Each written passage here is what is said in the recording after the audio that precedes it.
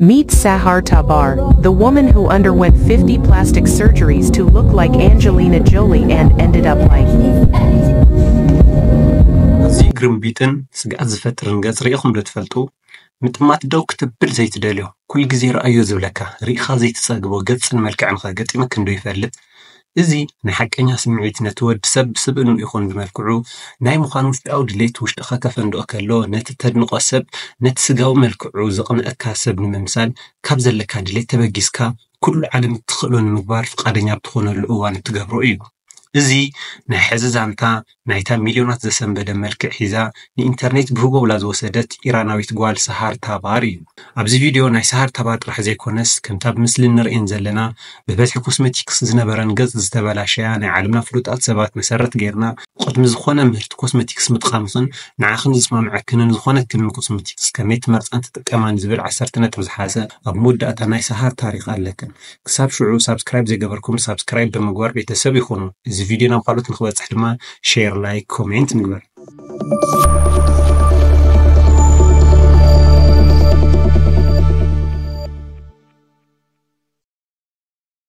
ናብ ሰሃር ታሪኽ እንትንምለስ ድሕርተን ቫይራል ዝወፃ ምስልታት ማለት እውን ድሕር መጥባሕቲ ምግባራ ዝወፃ ስእልታት ግን ኣዝዩ ዝዓሙቐ ዛንታ ብሉፅ ጽባቐ መንነታ ቀይሩ ዘስዕበላ ነገር ክንርኢና እታ ኣብ ኢንተርኔት ዝገበረቶ ለውጢ ኣብ ኩሉ ቦታታት ንዝርከባ መንእሰይ ኣዋልድ ቫይራላዊ ዝና ተሪፉ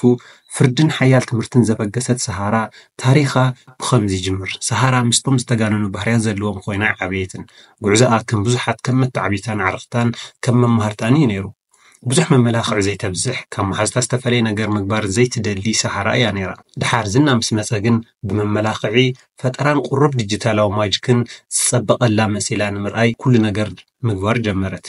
ቅድሚ ሕዚ ዝኾነ ሰብ ርእይዎ ዘይፈልጥ መልክዕ ንምፍጣር ብከቢድ ሜክኣፕን ፍልይ ዝበለ ፎቶ ኤዲቲንግን ሒዛ ንምርኣይ ክትፍትን ድማ ጀመረት ሰልፊን ብበዝሒ ፎቶሾፕን ሒዛ ናብ ሚድያ ምቕራብ ዕለታዊ ስርሓ ኮነ ዝተጋነነ መልክዕ ክህልዋ ድማ ትፅዕር ሞከረት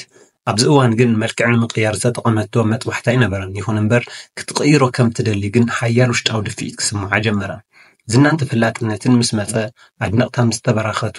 ብትሰርሖ መሲላ ብትርአዮ ነገር ናይ ኣድነቕታ ርእቶታት ኣብ ኮሜንት ሳጥን ምስ በዝሐ ደረት ስነ ጥበባዊ ማሕበራዊ መራኸቢታትን ዲጂታላዊ ምትላልን ንምድፋእ ውሽጣዊ ድሌታ ዓብሊሉ ወፃ ፈለማይ ሽም ዘቐየራ መልክዓ ዞምቢ አንጀሊና ጆሊ ዝብል ቅፅል ስም ዝሃብዋ ቅድሚ ምፍላጣን ሰሃር ታባር ካልእቲ ኢራናዊት ጓል ጥራይ እያ ነይራ ቀጻል ሕልማ ፍልጦን መርካብን ፍሉጣት ሰባት ንኽትስሕብ ምጽዓርን ኣብ ዓለም ኣነጋገሪት ኮይንካ ንምቕራብ ሙሉእ መልክዓ ናብ ተድንቃ አንጀሊና ጆሊ ምቕያር ከም ዝኾነ ካብ ልባ ኣሚና ናብ ተግባር ንምሽራፍ ምንቅስቃስ ጀመረት ሰሃር ኣብ ዕድመ ንእስነታ ማዕለያ ዘይብሉ ሰዓታት ኣብ ስእልታት አንጀሊና ጆሊ ክትሽክርከር እያ ሕሊፋ ኣብ ማሕበራዊ መራኸቢታት ገጻ እውን እንተኾነ ብፎቶሾፕ ዝተሰርሐ ምስሊ ባዕላን አንጀሊና ጆሊ እናገበረት ፖስት ምግባር ልምዲ ገበረቶ በሊሕ ምዕጉርቲ አንጀሊና ጆሊ ሙሉእ ከንፈርን ጎሊሁ ዝርአ ዓይንን ዲምፕል አንጀሊና ጆሊን በሃገር ምስ ግዜ እቲ ኣድናቆት ናብ ውጥረት ተቐየረ ሰሃር መልክዕ አንጀሊና ጆሊ ኣብ ገጻ ዳግማይ ክትፈጥሮ ኣብ ውሽጣ ዝነበረ ድሌት ፈንቂሉ ክወፅእ ዝተገደደ መሰለ ናይ ሽዑ ጉዕዞኣ ግን ብፕላስቲክ መጥባሕታ ይጀመረን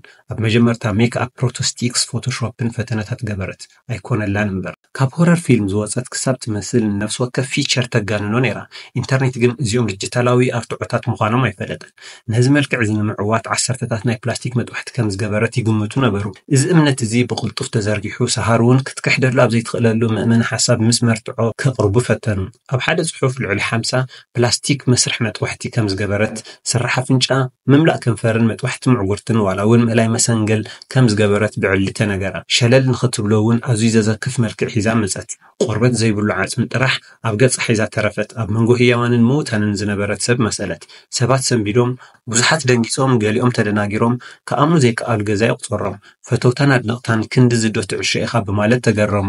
ሽዑ ድማ ጋዜጠኛታትን ተንተንቲ ማሕበራዊ ሚድያን ዝስዕብ ሽም ዝሃብዋ ዞምቢ አንጀሊና ጆሊ ህይወት ሰሃር ግን ብዛዕባ ስምባዶ ዋጋ ዘብ ጥራይ ኣይነበረን قلب عالم رخبت ቤተሰባ ክድሃል ምስ ጀመሩ ትበክን ትባሳጭውን ጀመረት በሓንቲ ካፕተን ፍሉጣት ሰባት ቆንጆ ናይ ሆሊውድ አክትረስ ከም ዝተደፋፈት ብግልጽ ኣመነት ገለ ካብቲ ምልክት ጽባቐ ግን ከዓ ብናይ ገዛር ሳፍሉይ ጽቡቕትን ፈጠራን ኣገባብን ክትሕል ደለት ማሕበራዊ መራኸቢታት ግን ነዛንታ ጠውዮም ሰባት ሰሃር ከም ዞምቢ አንጀሊና ጆሊ ክትመስል ዓሰርተታት መጥባሕቲ ከም ዝገበረት ብዕሊ ኣብ ማሕበራዊ መራኸቢታት ምዝርጋሕ ጀመሩ ተሓቀ ግን መልክዕ መብዛሕትኡ ሜክኣፕን ፊልተርን ስእላዊ ኤዲቲንግን ይነይሩ ተሰሪሖም ላ ዝበሃሉ ልዕሊ 50 ዝኾኑ ፕላስቲክ መጥባሕትታት እውን ሓቀኛ ዛንታኣን ነዚ ዝስዕብ ይመስል መብዛሕትኡ ግዜ ዩቲዩበራት ሓደ ነጥቢ ሒዞም ናይ ባዕሎም ወሳሲኾም ዝዛረቡ ናይ ሚድያ ሰባት ቁጥሮም ውሑድ ኣይኮነን ኢንተርኔትን መራኸብቲ ማሕበራዊ ሚድያን ሰሃር መልክዓ ዝቀያየር ኩል ግዜ ፕላስቲክ መጥባሕቲ ስለትሰርሕ እዩ ዝብል መጀመርያ ቪድዮ ምስተበተነ ኩሉ ተጠቀም ማሕበራዊ ሚድያ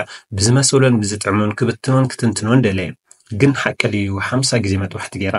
ናይ ሓቂ ድዩ ተረጋጋሚ ፕላስቲክ መጥባሕቲ ኣካይዳ እቲ ሓቃዊ ዝመስል ድራማ ከምቲ ኣብ ላዕሊ ዝረኣናዮ እዩ ዝጅምር መጥቀሚ ማሕበራዊ ሚድያን ምግባር ከስቢ ሳብስክራይበርን ቪውን ምድላይ ተባሂሉ ካብቲ ውስን ሓቅነት ዘለዎ ግን ድማ ብጣዕሚ ዝተጋነነ ከም ዝኾነ እዮም ብቀረባ ዝፈልጥዋ ዝዛረቡ ድሕሪ ዝኾነ እዋን ንባዕላ ዘገረመ ምስልን ቤተሰባ ዘቆጥዕ ተርእዮን ቫይራል ክኾን ምስ ረኣዩ ኣብቲ ፈለማ ዝተሳተፉ ሰብ ሞያታት መልክዕን ባዕላ ሰሃርን ውሱን ፕላስቲክ መጥባሕቲ ከም ዝገበረትን ኣዝዩ ውሕድ ከም ዝነበረን ኣሚኖምን ኣነፂሮምን እዮም ሰባት በተለይ ድማ አድናቅታ ዝርእዎ ዝነበሩ ቴክኖሎጂ ሜክኣፕን ፎቶሾፕን ዝተፈጠሩ ናይ ብርሃር ምትላል እዩ ነይሩ እዚ ድማ ኢንተርኔት ክሳብ ክንደይ ብቐሊሉ ናይ ሓሶት ሓበሬታ ክዝርግሕ ከም ዝኽእል መልክዕ ድማ ከመይ ገይሩ ከደናግር ከም ዝኽእልን ከምህረና ይኽእል እዚ ዘይተሸፈነ ክውንነት ዘለዎ ኣብዚ ቀረባ እዋን ስእልታት ሰሃር ታባር ብዘይ መመላኽዕን ፊልተርን ተቐልቂሎም ፍጹም ዝተፈለየ ተፈጥራዊ ገጽ ጽቡቕን ንቡርን ገጽ ኣቃሊዖም እዚ ኣብ መንጎ ቫይራላዊ ምስልታት ክውንነትን ዘሎ ንጽጽር ሓደ ኣገዳሲ ሓቂ ዘጉልህ እዩ ኣብ ኢንተርኔት እንሪኦ መብዛሕትኡ ግዜ ብጥንቃቐ ዝተሰርሐ ምትላል ዝሓወሰ እዩ ከምታ ማሕበራዊ ሚድያ ዝዛወርን ዝተጋነነን መልክዕን ዋላ ይሃልዋ እምበር ብዙሕ ልዕሊ 50 መጥባሕትታት ዋላ እውን ኣይተካይድ እምበር ንኣንጀሊና ጆሊን ክትመስል መጥባሕቲ ከም ዘካየደት ግን ባዕላ እውን ኣይከሓደትን እቲ መልሲ ፕላስቲክ መጥባሕቲ ዝተሓላለኸ እዩ መጥባሕቲ ጽባቐን ገለ ሰባት ብዛዕባ ንገዛ ርእሶም ዝሓዘ ስምዒት ክስምዖም ክሕግዞም ዝኽእል እኳ እንተኾነ ሓደጋታት ግን ኣለዎ ኣካላዊ ስነ-ኣእምሮውን ማሕበራውን ተጽዕኖታቱ ኣዝዮም ከበድቲ እዮም ብዙሓት መንእሰይ ኣዋልድ ፍጹማት ንኽመስላን ኣብ ማሕበራዊ መራኸቢታት ጸቕጢ ንኽፈጥረን ሓሲበን ምስአን ዘይኸይድ ዘይናተን መልክዕ ክህበን ምርኣይ ልሙድ ተግባር እዩ ኣብ ዓድና እውን እንተኾነ ከንፈር ዘወሰኻን ከንፈረን ዘቐነሰን ኣርቲስታት ከም ዘለዋ ናይ ቀረባ እዋን ትውስታ እዩ بحافش زينات كامل كحيزكا دحر مقرابن سعيبو زمص زسنبد ነገርን ናብ ጣዕሳ ትሑት ርእሰ ምትእምማንን ጸገማት ጥዕናን ከስዕብ ይኽእል እቲ ኣዝያ ገዳሲ ትምህርቲ ሓቀኛ ጽባቐ ካብ ርእሰ ተቐባልነት ርእሰ ምትእምማንን ውሽጣዊ ሓይልን ዝመጽእ እዩ ዛንታ ሰሃር ታባር ካብ ቫይራል ምስሊ ሙሳእ ናይ ኢንተርኔት ዕንደራ ንላዕሊ እዩ ብዙሓት ፕላስቲክ መጥባሕቲ ከስራሓ ሓሲበን ንቫይራል ምስሊ ሰሃራ ርእየን ክሓድግኦ ወሲነን እየን መንእሰያት ምስ ናይ ተፈጥሮ ጽባቐ ርእዮተ ዓለምን ክስማዕምዓ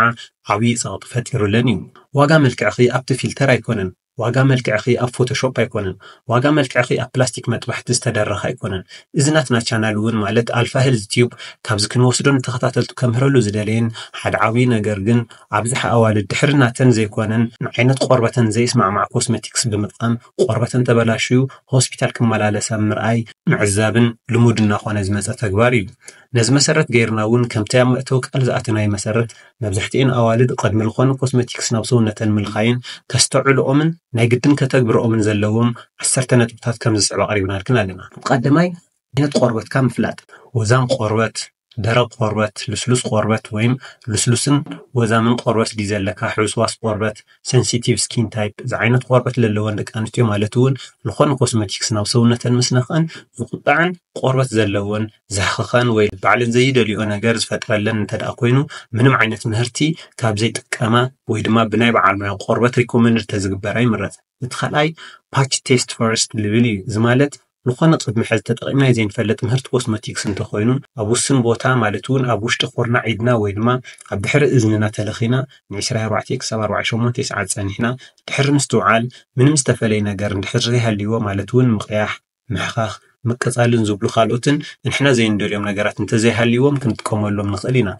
كاب زوصاي محخاخ مقياحن نحنا زين نديري نجر ندهالليو ግን እቲ ኮስሜቲክስ ንዓና ስለ ዘይኸውን ክንገድፎ ኣለና ሳልሳይ ኮስሜቲክስ ልተሰርሐሉ ንጥረ ነገር ምንባብ ምናልባት ዘይስማምዕናን ንዓና ኣለርጂክ ክኸውን ዝኽእል ንጥረ ነገር እንተሃልይዎ ንኽንገድፎ ማለት እዩ ኮስሜቲክስ ቀድሚ ምጥቃምኩም ናይ ቆርበት በዓል ሞያ ከያማኸሩ ከይጥቀምዎ ዝብል እንተሃልይዎ ዘይምጥቃም እዩ ወይ ከዓ ናይ ቆርበት በዓል ሞያ ኣማኺርካ ምጥቃም እዩ ዝምረጽ የተረባይ ኩል ግዜ ቀድሚ ዝኾነ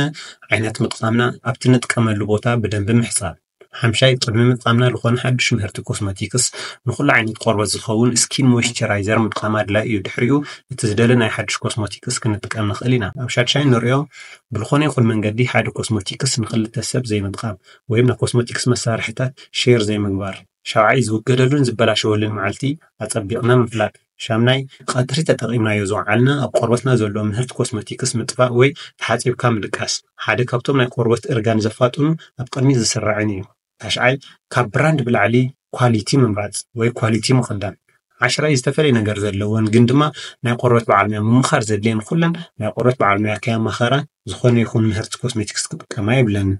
መሲልክ ትረአየሉ ዘይኮነስ ኮይንክ ትረአየሉ ዕድል ኣብ በዓልካ እዩ ተጠቐምሉ ድማ የቐኒየለይ።